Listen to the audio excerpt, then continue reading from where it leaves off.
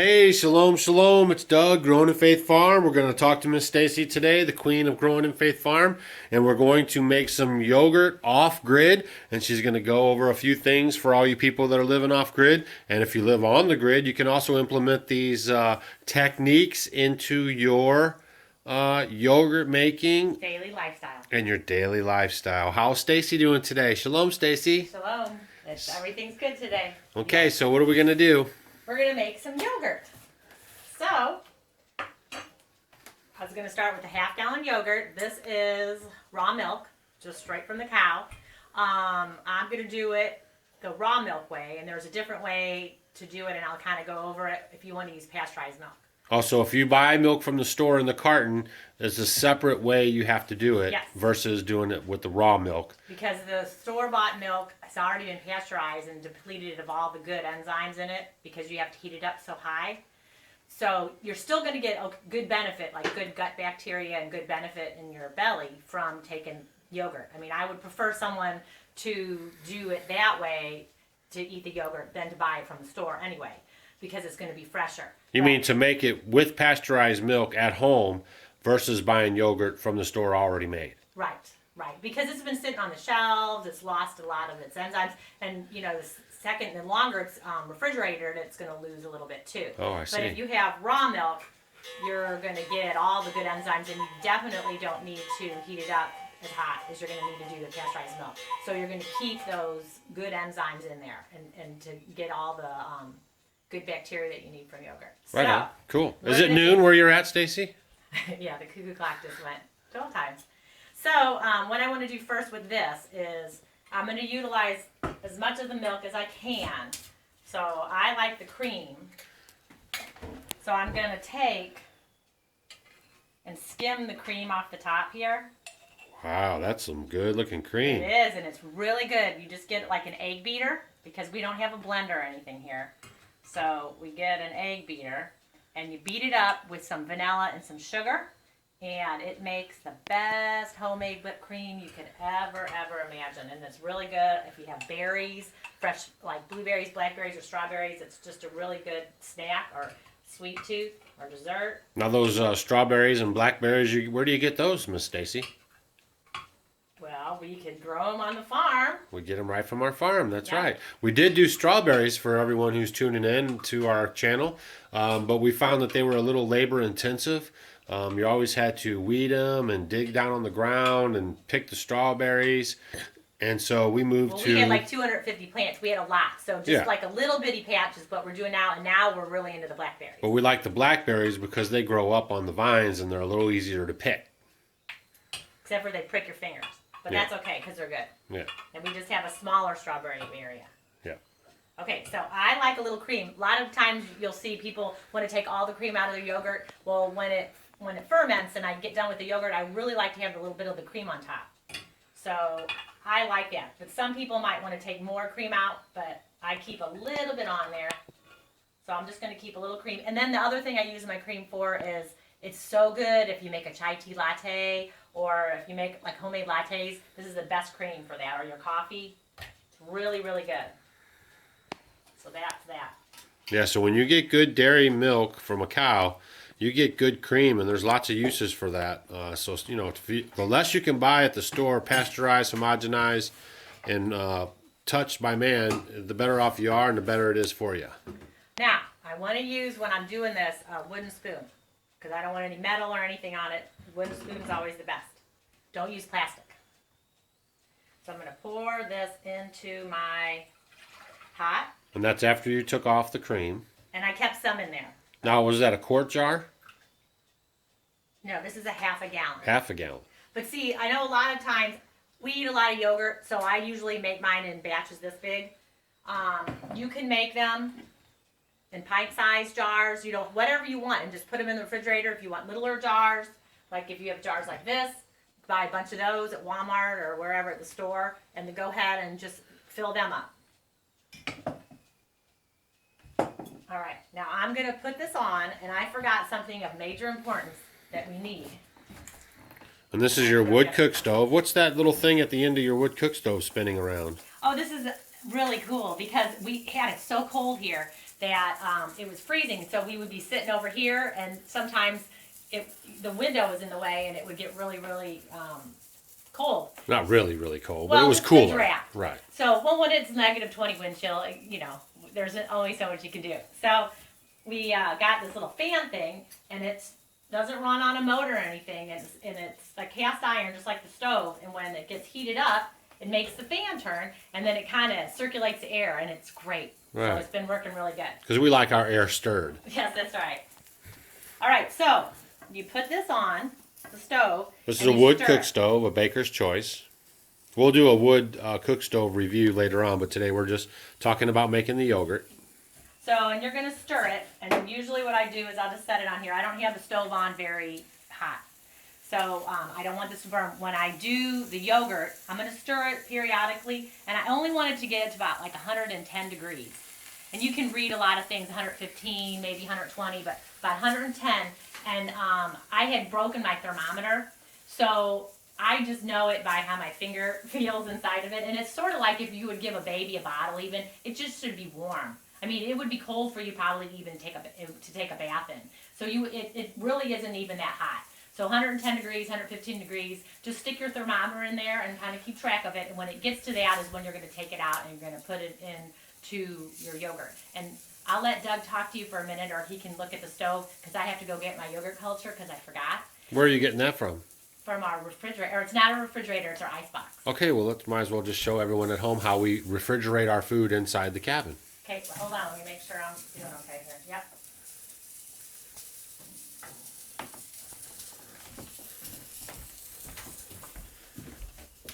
You're gonna look at her. This is an old ice box that doesn't work, and basically we just put it in here, and we want to get a littler one, but and we freeze 5-gallon buckets of ice, and we put the ice in the refrigerator or the ice box. It's really not a refrigerator. And so, here you go. I got everything thrown in here. It's a big mess. So there's big buckets of ice in here, and that's what keeps it cold. Right. And I have to find my yogurt now. And then in the wintertime, overnight, we put the ice buckets outside and they refreeze. And in the summertime, as you may have seen in some of our other videos, we are cheating a little bit, and we have a freezer at a neighbor's house plugged in that we are storing some meat in, and we freeze our buckets up in the summertime for ice. Or actually, where we live, the Amish have a house, an English person has a house, and they have rows and rows of ice chests, freezers, and they actually make ice for the Amish to purchase. And then many Amish also cut their ice, which we're going to do in the future, out of the pond and then haul it into the ice house and then use ice as needed out of the ice house. Now, what are you doing here? Oh, I'm just rinsing all my half-gallon jars are full, so I'm just putting some hot water in my jar and reuse that.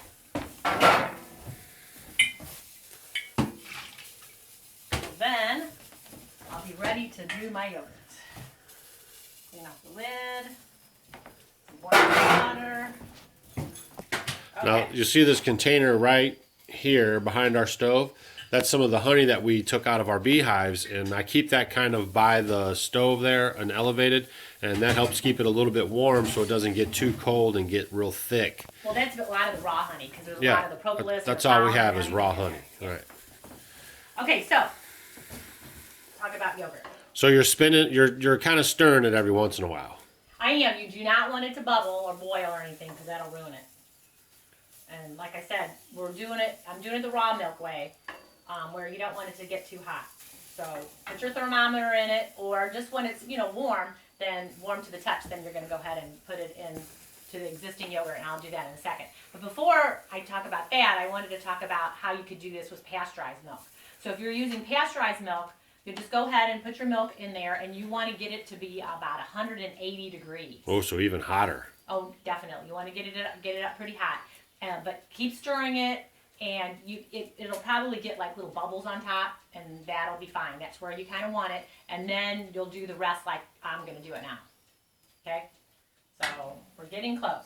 So the only difference between the two is you're going to get the pasteurized milk that you buy out of the carton from the store much hotter. Right, right. Which probably a thermometer will be a good idea if you're going to use that milk. Right. And you can get thermometers. I mean, I think they have them at the dollar store. Sure. So you can find them anywhere. But I just want to talk about the benefits of yogurt. Because yogurt is basically a fermented type food. And fermented food is just awesome for your gut. And 80-something% of your immunities are in your gut. So eating yogurt is just fabulous to do daily for children, for adults, for anybody. It's just wonderful to do. And you can do so much with it when you're finished with it. So you could be doing, flavoring it with fruit. You could put honey in it. Lots of different things. And when we say flavoring it here at Growing in the Faith Farm, we definitely mean all natural flavoring, raw fruit, raw materials, right. Not anything chemical or fake chemical tasting additives. I should have had the stove a little hotter. Is it opened up on the side pretty good for you? No, it's good. So.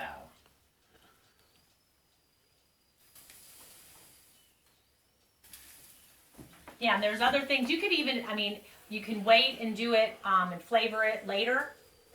Or you could do it when I'm putting it in now.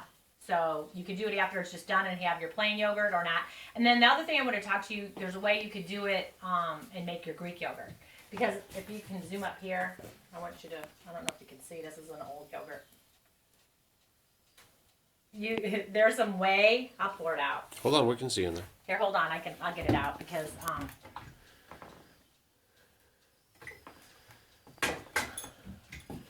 so the yogurt on the top, you have, well, this is more liquidy. See how it's liquidy? There's some whey in there mixed with the yogurt.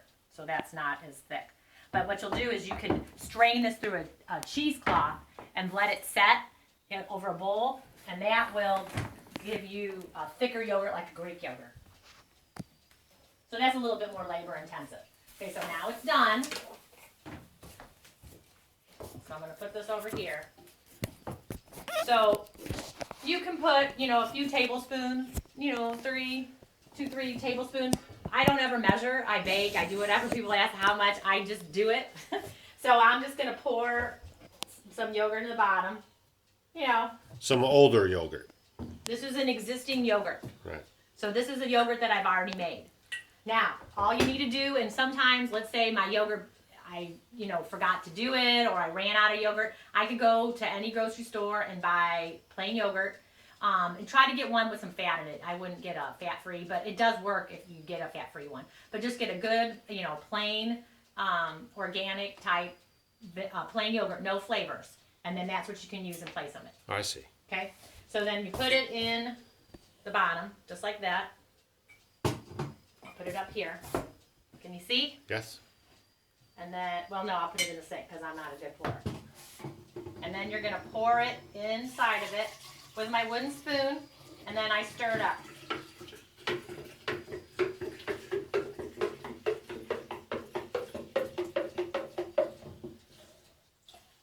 Okay? Stir it up really good. And then I get my lid, wherever it was, here. And I put it on. And then I'm going to rinse it off a bit. It's got some milk on it.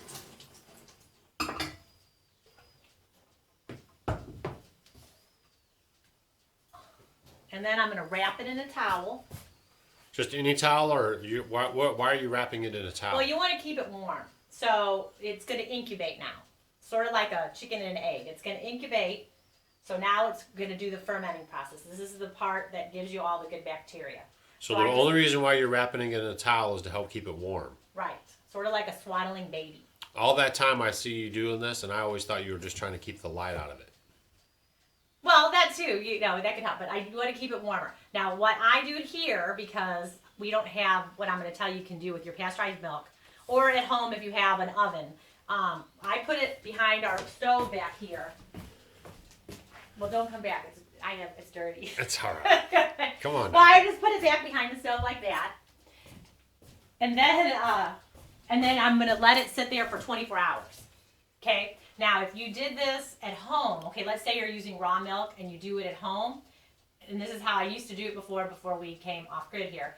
I went ahead and I would do the same thing that I just did, but I would do this at night, and I would stick it in our oven with the light on overnight. And then in the morning, Not the oven on, just the light. The light on, because that light's going to give it some heat. And then in the morning, you're going to go ahead and take it out and put it in your refrigerator, and you have yogurt. Now, have you ever left it in there longer than one day before with the light on? I'll tell you what has happened. I've turned the oven on before and kind of caught the towel on fire. But so be careful of that. So, well, I've left it a little longer. It still works. It's okay. All right. What happens, the longer you let it ferment, it's just going to get more sour. Oh, I see. So if you don't want your yogurt to be more sour, then don't leave it in as long. Gotcha. Okay? But the more sour it is in the fermented, just like if you would make kombucha, I'll do that one time too. But if you make kombucha or anything, the more kind of vinegary it is or more sour you're going to get, it's going to be good for you. I mean, I know over in the Middle East and all that, people drink soured milk, and it's really good for you. Sure. And so with our animals and things, I make a lot of yogurt. So right. we have lots of milk. So giving it to the animals, I let it set out purposely so they can get the good enzymes from the soured milk or the yogurt and things like that. So, super good for the cats and the chickens. Yep, the chickens. I mean, anybody who will eat it, come and get it because it's great for you. Right. So basically, ours is behind there. I'm going to let it set about 24 hours. A lot of times I go longer than that. Right. And then you put it in the refrigerator, and then it'll get a little harder. And if you want the Greek yogurt, you strain it through a cheesecloth. And usually how I do it, I'll use this as a little example. I get a rubber band,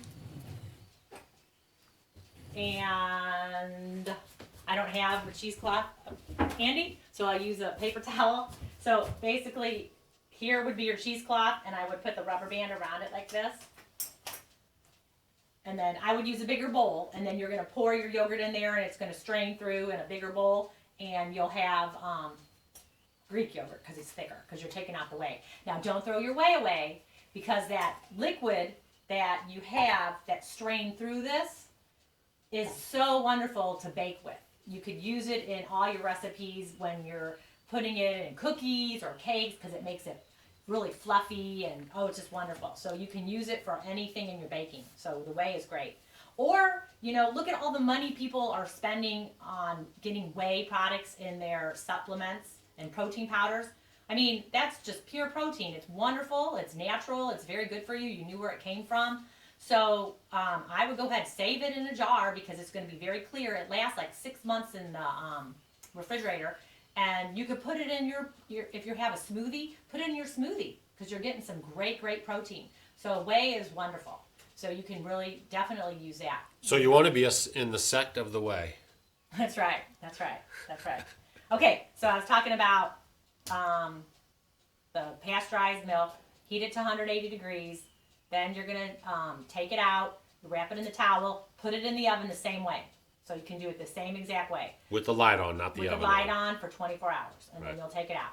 Now, what I wanted to show you is when your yogurt is done and you put it in the refrigerator or whatever, what you can do is to make a really good, power pack little snack or even a breakfast. So for Doug and I'm going to go ahead and make our yogurt for tomorrow morning. So when we get up in the morning, I don't have to worry about making breakfast or anything, or if we want a snack, we'll have it already done. So, can you see?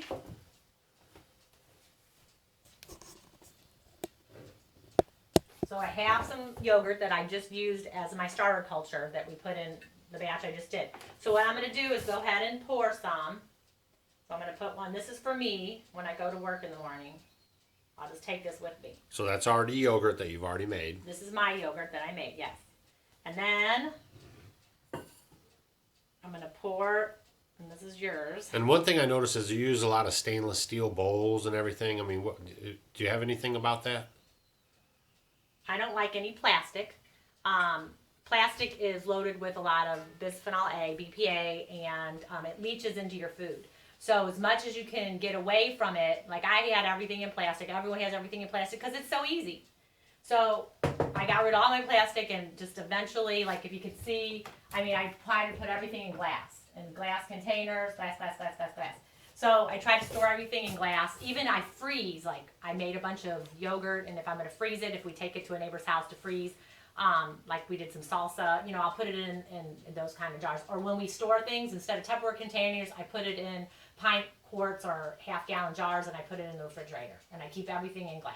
Or whenever you get glass bottles, all my friends will go ahead and bring me their old bottles, and I use bottles for everything. So glass is good.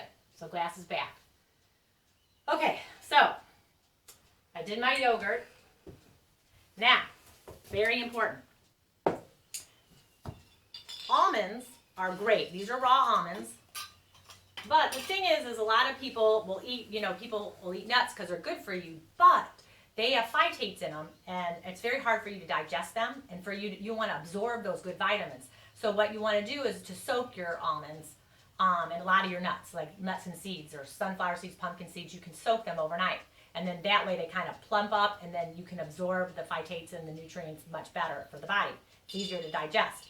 So what I do, you can do it in water if you want the night before, but I'm going to go ahead and put them in my yogurt because there's liquid in there. So I'll go ahead and put my almonds in the yogurt.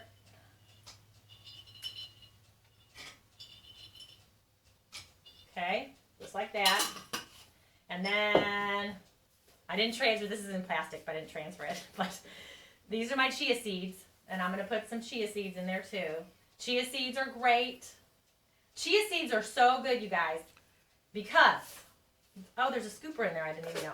Okay, so chia seeds are so good for you because what they do is you can also think of them sort of like as a toothbrush for your intestines. Because they kind of get jelly and they kind of plump up. But they only do that when you let them sit in the water, right? Right, but if you want to let them soak up as much they're moisture. They're good to soak because they're going to plump up in size like quadruple or maybe 8 times their size. They get really big.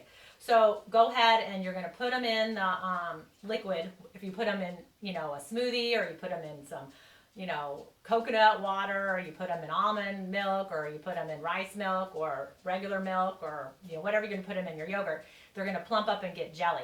So they're just really good to put in smoothies and different things. I use them. I bake with them. You can use them for a lot. And another thing is if you can't do eggs, they're also a great substitute for eggs. So do that with chia seeds. Are great. So who used to eat chia seeds? What's some of the history behind it? I have to get it over here because it's getting a little warm in here. Okay. Now you can turn it on. Well, this way back goes with the Aztecs. They used to use them when they would go out to be warriors and to fight and just to give them energy because they're a seed that is very high with protein. Right. So, and they're very good, and they're, low glycemic, and it's great. I mean, every day you should have some type of nut or seed in your diet. And these are great. But when they go through your digestive tract, what they do is because they're so kind of globby and jelly, they kind of pull out all the gunk that gets stuck inside the intestines, and they kind of give your intestines a bath as they kind of go through, and you go through the digestive process. Kind of like broccoli, I guess you'd say? No. Oh, that's because it'll break down. No, broccoli would be different because once it gets into the intestines, it's going to stay jelly. I just heard like broccoli was like for the colon, like a brush. Oh, well, it's good. I mean, broccoli is great for your body because it's got a million vitamins, but it's awesome. Right. But the jelly part of the chia seed is what's going to help go through and give your digestive tract kind of like give it a nice brushing and kind of brush all the gunk that gets caught inside the pockets. Gotcha. And then get it out of the colon, and then life is good. So chia seeds are very, very good. And they're just loaded with lots of vitamins, giving you energy. I mean, all the vitamins and minerals you can imagine are inside of them. So that's good. So I have chia seeds and almonds. Now, if you don't like almonds, you can put walnuts in there. Like I said, pumpkin seeds. You could do pecans. You could do any kind of sunflower seed, whatever you want to come up with. And then I'm going to go ahead today. I have some dried goji berries. These are not like have any sugar or anything on them. They're just dried. And they're kind of chewy. Your teeth will fall out if you eat them. So basically, that's why I like to soak them. They're very chewy. So I'm going to go ahead and put them in here and I soak them and they'll get soft. But these are really good to put in, the goji berries are good to put in like if you bake or something, or yogurt, or if you put them in a drink, you can let them soak overnight. But goji berries, you talk about berries, blueberries, blackberries, things like that, goji berries, and the amount of vitamins and minerals you can get out of them. Goji berries are probably like the top of the list. They're higher than a blueberry. They're just loaded with the most you can ever imagine, and they're total power pack. They're kind of like, they're good for your eyes as you age, and you know how your eyes kind of start looking older. They're good for your eyes. They're just good for your vitality. They're just wonderful. But this is really good. So if you can get your hands on some goji berries, and I know you can grow plants. Actually, I'm going to start doing this summer. I'm going to grow goji berry. I'm going to try and see how it works. But you can grow your own, and we're in Missouri, so hopefully it'll work. But goji berries are great, so maybe try to add that to what you're doing because they're full of vitamins. Oh, you didn't get any. So here's goji berries. And then I have granola. This is hemp granola, and hemp seeds, just like a chia seed, it's another great seed that is filled with lots of good nutritional properties and stuff. But I want to show this brand of granola, Nature's Path Organic Granola, is a really good brand. I mean, I'm a total stickler on, foods and things like that and where it comes from. And they're just a very good company where you're going to get food from good sources, non-GMO, and they use good ingredients. No, that's a non-solicited advertisement. No, it's not. Yeah, it is. Then pumpkin flax is another one that I like on this one. So out of these two, and they have a coconut one. They have a lot of, and their cereals, everything is pretty good. So if you want to look for a good brand and you want to switch over to a more healthful breakfast or lunch or something that you want to use like that, go ahead and go with this brand because I do like it. So I'm going to use this granola, and I'm going to put it in here. And then I'm going to stir it up a little bit and get it in there so that it'll soak overnight. Now, if I don't want to use goji berries, I'll use blueberries, blackberries.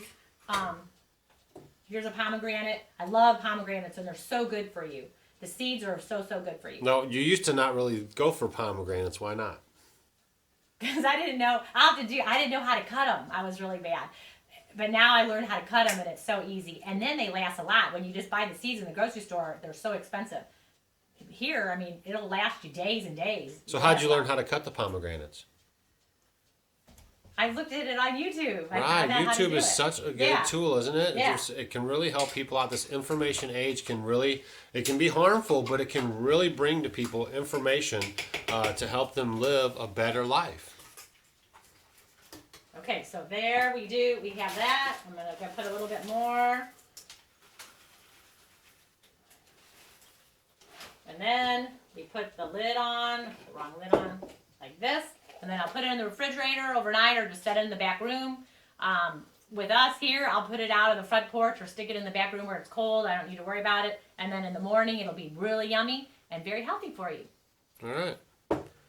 Is that it for our yogurt making class for today? That's it for now. And any other words of wisdom for anybody tuning in, checking out your channel, checking out the Growing in Faith Farm channel? Well, we have to take charge of our own health because a lot of the stuff that we buy at the stores is not good for us. It's loaded with chemicals, GMOs, high fructose corn syrups, lots of bad things. So we need to cook and make things for ourselves and it's much more economical. I mean, look at this big thing of yogurt. I mean, it'll last me a while and I can do so much with it. And let's say you don't even like yogurt. I use it to bake with.